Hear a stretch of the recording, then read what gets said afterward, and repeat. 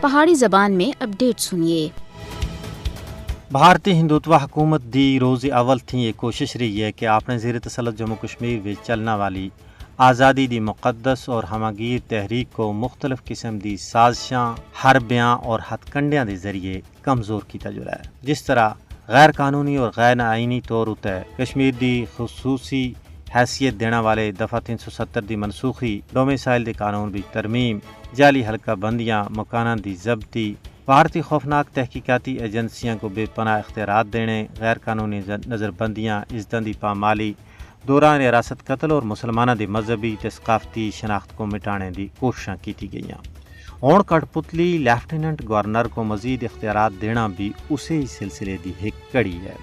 کشمیر بچ L G کو مزید اختیارات دینے دے مودی حکومت دے اقدامات دا مقصد کشمیریوں کو مزید بے اختیار کرنا ہے۔ غیر منتخب ایل جی کو مزید اختیارات دینا جمہوری طور تے منتخب حکومت دے مستقبل کو نقصان پہنچانے دی ایک واضح کوشش ہے۔ بھارتی ہندوتوا حکومت سن کشمیریوں کو سیاسی، آئینی اور ثقافتی طور تے بے اختیار بنینا دے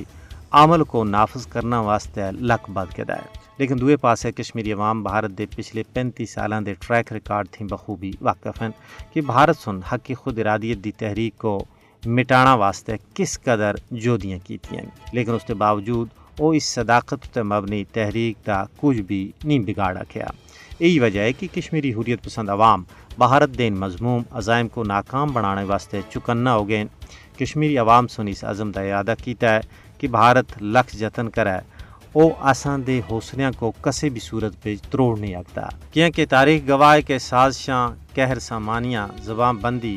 قید و بندی صحبتاں نال نہ تے کوئی تحریک دبی ہے اور نہ ہی مستقبل وچ ہجا ممکن ہے۔